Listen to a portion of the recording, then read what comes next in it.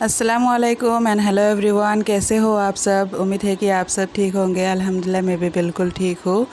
अभी हो रहा है मॉर्निंग का टाइम और मैं नाश्ता बना रही हूँ। यहाँ पे हम बोलते हैं पातला पिठा। ये ना आटे से बनता है। इसको शायद आप लोग चीला बोलते होगे। आटे का चीला, बेसन का चीला, सूजी का चीला जैसा होता है ना, वैसे ही। लेकिन इसका रेसिपी मांगा था एक सिस्टर ने। इसमें रेसिपी की कोई बात ही नहीं है, क्योंकि सिर्फ आटा लिया है और इसमें स्वाद अनुसार थोड़ा सा नमक ऐड किया है और पानी से ना पतला सा बैटर बना लेंगे और इसको ऐसे फैला देंगे डोसे की तरह।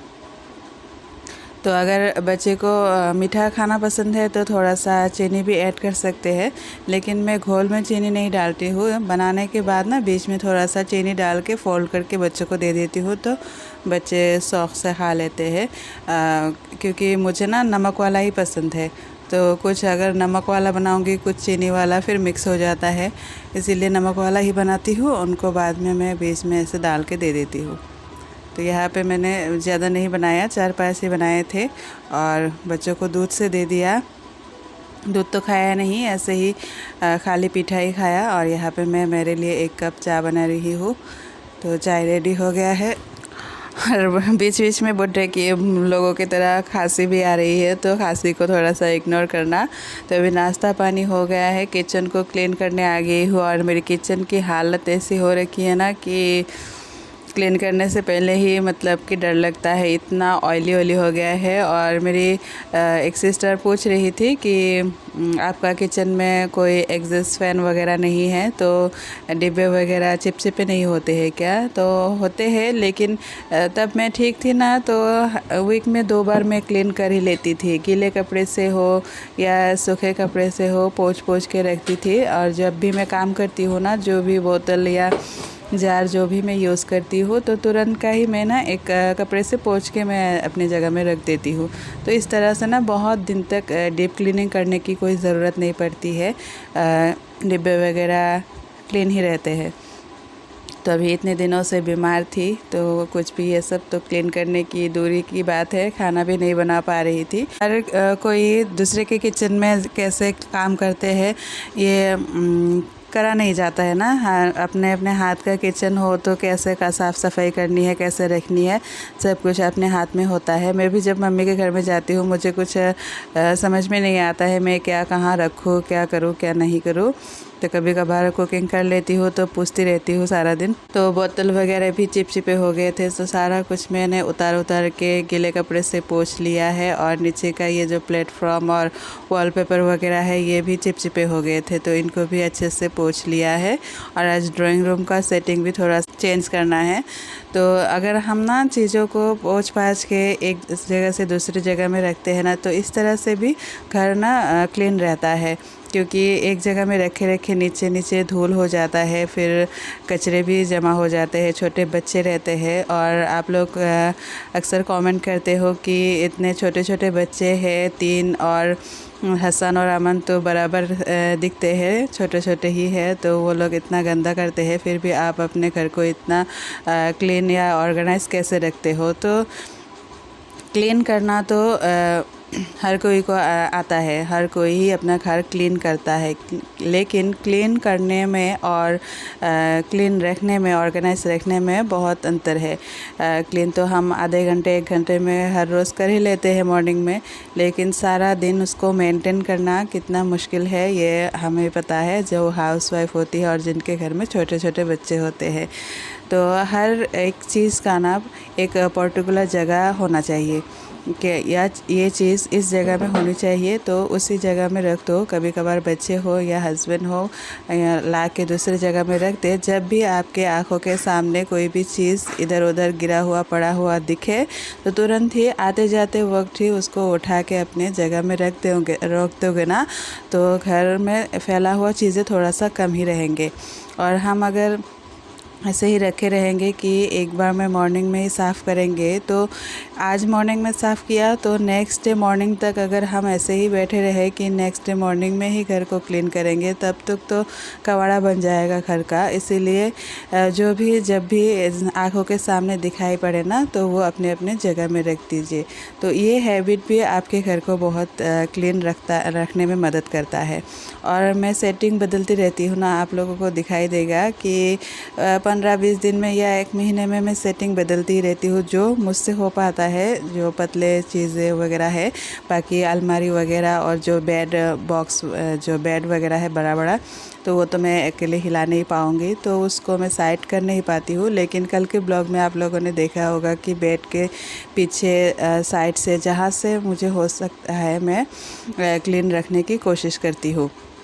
और जो ये पतले वगैरह चीज़ें वगैरह होते हैं ना, तो इनको मैं कभी इधर रख देती हूँ, कभी उधर रख देती हूँ। तो इस तरह से ना नीचे चॉकलेट के सिल्के वगैरह, कागज़ वगैरह बच्चे गिराते रहते हैं। और इसी रूम में मैं अपना स्कूल भी चलाती हूँ ना, शाम का 3 बजे से 5 बजे तक, तो 10-12 बच्चे आ जाते हैं तो वो भी चॉकलेट वगैरह लेके आते हैं।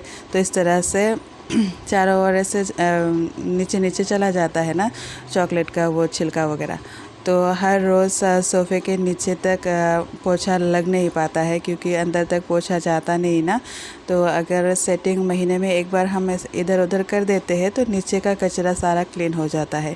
तो इस तरह से ना फिर घर हल्का हल्का लगने लगता है। और ना मैंने जो स्नैक प्लांट बाहर रखा हुआ था तो उसको कुछ दिन पहले मैंने एक पॉट लाई थी ना, उसमें अंदर साइड में रखा हुआ था, तो इसको भी मैंने बदल दिया है, दूसरी तरफ रख दिया है। और यहाँ पे थोड़ा सा मैंने जादू कर लिया तो जादू से ठीक कर लिया। और वो जो वाइट वाला कवर है उसका भी ये ब्राउन वाला है, लेकिन मुझे मिल ही नहीं रहा है। तो बहुत दिन से मैंने ये वाइट ही बिछा के रखा हुआ है। और ये जो मेरा सेंटर टेबल, तो ये मेरी शादी का है, इसके ऊपर ग्लास था। तो आयशा जब छोटी थी ना तो इसके ऊपर उठ के बैठ गई थी और वो एकदम ना खिसक के नीचे गिर के टूट गया था। तो उसके बाद हम रेंटेड हाउस में थे गुवाहाटी सिटी में, तो वहाँ पे जो हाउस के ऑनर थे उनके पास भी सेम उसी तरह का एक ग्लास रखा हुआ था, लेकिन उनका ना नीचे का टूट गया था। तो दीदी ने कहा कि मेरे पास ग्लास है तो तुम मत ख़रीदो, तो यही ले जाओ। तो वो ग्लास भी लाके मैंने इसके ऊपर रख दिया था।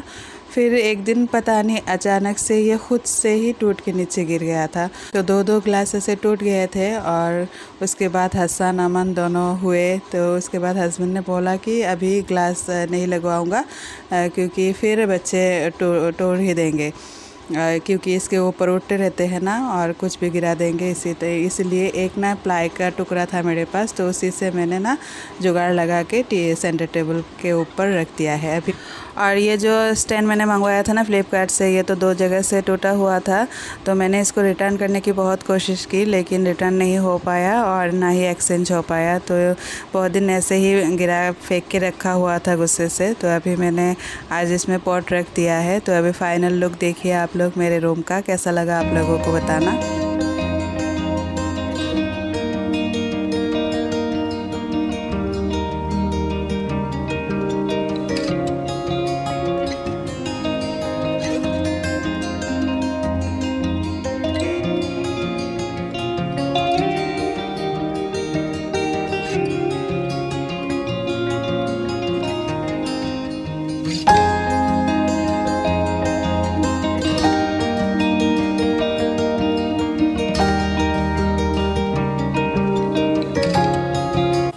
और ये स्पाइडर प्लांट को क्या हुआ पता है कि ये जब पॉट वगैरह मैंने लगाया था ना, प्लांट वगैरह लगाने के बाद फिर मैं तो बीमार पड़ गई थी। तो बेडरूम का जो डाइनिंग है उसके ऊपर ही पड़ा हुआ था इतने दिनों से। तो वहाँ पे ना ही बाहर का हवा आती है, ना ही सनलाइट आता है। तो ऐसे अंधेरे में पड़ा हुआ था। तो इसके सारे पत्ते ऐसे देखे येलो हो गए हैं। और बाकी प्लांट फ़िलहाल तो ठीक ही है, तो उनको मैंने यहाँ पे रख दिया है। स्पाइडर प्लांट के जितने भी पीले पत्ते हैं उनको मैंने अभी तोड़ दिया है। तो देखती हूँ तो दूसरा कुछ छोटा सा पॉट निकलता है तो मैं यहाँ पे रखूँगी। और जो ब्लैक वाला मनी प्लांट का पॉट है ना, तो उसमें मैंने गोल्डन कलर करना है, तो मैं बाद में कर लूँगी। और यहाँ पे जो ये स्नैक प्लांट दरवाजे के पास था ना, तो बच्चे जब पढ़ाई करने आते हैं ना शाम को स्कूल में, तो वो लोग ना सिर्फ ये प्लांट का पत्ता ना मोड़ते रहते हैं। तो इसीलिए मैंने दरवाजे के पास से यहाँ पे टूल के ऊपर रख दिया है ताकि बच्चे यहाँ पे आके प्लांट को ना छेड़े। तो आज तो यहाँ पे रख दिया है, प्लांट वगैरह देखते हैं बच्चे पढ़ने आने के बाद क्या करते हैं। अगर प्लांट को छेड़ते होंगे ना तो मैं फिर ये सब हटा दूँगी यहाँ से। और मैंने सोचा कि अभी बेडशीट भी बदल ही देती हूँ, सारा कुछ थोड़ा सा न्यू सेटिंग किया है तो बेडशीट भी बदलना ज़रूरी है। वो इतना गंदा भी नहीं हुआ था, फिर भी बदल दी है मैंने। यहाँ पे वाइट वाला बिछा दिया है। तो ये बेडशीट वगैरह ना थोड़ा छोटा छोटा है, इसलिए मैं नीचे एक ना पुराना सा बेडशीट बिछा के रखती हूँ, तो नीचे वाला ना गंदा नहीं होता है, सिर्फ ऊपर का उठा के धो देती हूँ। और मैं ये जो रूम ना सजा के रखने की कोशिश करती हूँ, या प्लांटों से हो या जो भी मेरे पास हो चीज़ें छोटी मोटी। तो हमारे यहाँ के ना लोगों की मेंटलिटी कैसी है पता है कि मेरे पास तो पक्का हाउस नहीं है या बिल्डिंग्स नहीं है, तो ये जो टीन का घर है मेरा, तो इसमें मैं इतना डेकोरेशन या साफ़ सफाई करती रहती हूँ। तो वो लोग ना हंसते हैं मुझ पे कि एक अच्छा तो घर नहीं है इसके पास, तो जो यही है 2 ही रूम है इसके पास, तो वो भी टीन का, तो इसी में वो ये सब कुछ करती रहती है, सजाती रहती है या प्लांटिंग करती है, ये लाती है वो लाती है। तो वो लोग ना हंसते हैं मुझ पर। तो मेरा मेंटलिटी क्या है, मेरा सोच ये है कि घर छोटा हो बड़ा हो, कच्चा हो पक्का हो, बिल्डिंग हो जो भी हो, आपका ना मन बड़ा होना चाहिए, दिल बड़ा होना चाहिए। और अगर जहाँ पे हम रहते हैं छोटा सा ही घर हो, जैसा भी हो, टूटा हो फूटा हो, जैसा भी हो, अगर हम उसको ना ऑर्गेनाइज क्लीन और सजा के जब रखते हैं ना, तो उसमें हमारा दिल बैठता है, मन बैठता है हमें। और दूसरों के घर में जाने की या दूसरों के साथ बातचीत करके टाइम पास करने की कोई ज़रूरत नहीं पड़ती है, क्योंकि हम बिज़ी रहते हैं अपने घर को लेकर, अपना काम को लेकर, सजाने में संवारने में लगे रहते हैं। तो हमें टाइम ही नहीं मिलता है किसी से जाके गॉसिप करने का, किसी का गीबत करने का, दूसरे का बारे में बातचीत करने का। तो ये सब करने की ज़रूरत भी नहीं है। और बाद में गुनाह तो गुनाह भी है और ये अच्छी भी बात नहीं है वैसे भी देखा जाए तो हम मुझे ऐसा लगता है कि औरतें अगर इन सब कामों में बिज़ी हो जाए, और जो तो पढ़ी लिखी है वो नौकरी करे तो वो नौकरी में बिज़ी हो जाए, घर में ऐसे बेकार ना रहने से ना खाली दिमाग शैतान का घर होता है। और जब 2-3 औरतें एक साथ मिलती है ना, तब सिर्फ यही रहता है, दूसरों का बातें, गॉसिप और गिबत, ये सभी रहता है। तो गुनाह से बचने के लिए भी आप ना पूरा अपने घर में ही बिज़ी हो जाओ। अच्छा, तो बहुत ज्ञान बांट लिया है। अभी एक सिस्टर का कमेंट आया था, बिहार ब्लॉगर रूही, तो उनका नाम शायद रूही है, उन्होंने मुझे कमेंट किया था कि उनका नाम लेने के लिए। तो सिस्टर मैंने आपका नाम ले लिया है। और मेरे कितने भाई बहन है पूछा था, तो मेरे सिर्फ एक छोटी सिस्टर है, हम दोनों बहनें ही हैं और हमारा कोई भाई नहीं है। और थैंक यू सो मच आप रोज़ मेरा वीडियो देखने के लिए, और ऐसे ही मेरे साथ आप रहिएगा आगे तक भी। और 1-2 कमेंट है कि मेरे थायराइड के बारे में, तो वो मैं कुछ दिन बाद शेयर करूँगी जब मैं दवाई लेना स्टार्ट कर दूँगी। और एक सवेरा सिस्टर का कमेंट आया था मेरे पेमेंट के बारे में, तो वो भी मैं 2-3 दिन बाद ही व्लॉग में ही बता दूँगी, क्योंकि अभी तक मेरा पेमेंट के बारे में मुझे भी कुछ पता नहीं है। यही है कि होल्ड हो गया है, अटक गया है कहीं पर आके। तो इसके बारे में डिटेल्स में बात करूँगी 2-3 दिन बाद, देखती हूँ, मैं भी कोशिश कर रही हूँ क्या होता है। तो आज के ब्लॉग में इतना ही। अल्लाह हाफिज़।